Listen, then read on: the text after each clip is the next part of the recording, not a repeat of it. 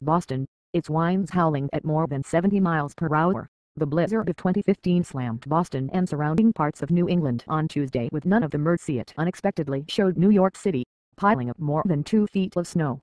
The storm punched out a 40 to 50-foot section of a seawall in Marshfield, Massachusetts, badly damaging a vacant home. In Newport, Rhode Island, it toppled the 110-foot replica of a Revolutionary War sailing vessel in dry dock, breaking its mast and puncturing its hull. The blizzard's force and relentlessness stunned even winter-hardened New Englanders. "It's a wicked storm," Jeff Russell said as he fought a mounting snowdrift threatening to cover a window at his home in Scarborough, Maine. The snow in New England began Monday evening and continued most of Tuesday.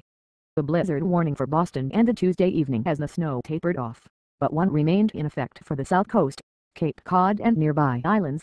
The area also was dealing with bitter cold. The low in Boston on Wednesday is expected to be 10 degrees, with wind chill -5, and forecasters said it will not get above freezing for the next week or so.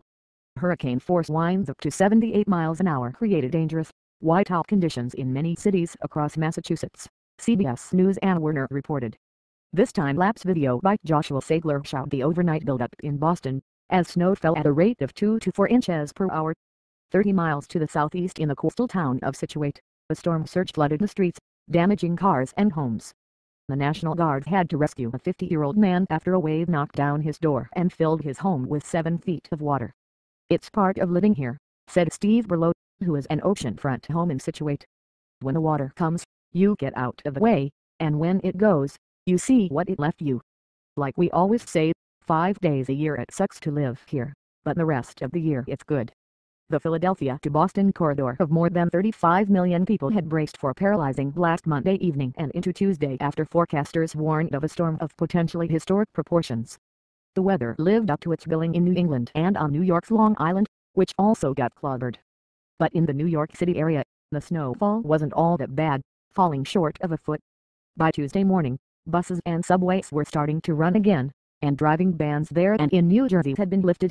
"We got about half as much as a lot of the projections have been," New York City Mayor Bill de Blasio said around noon on Tuesday.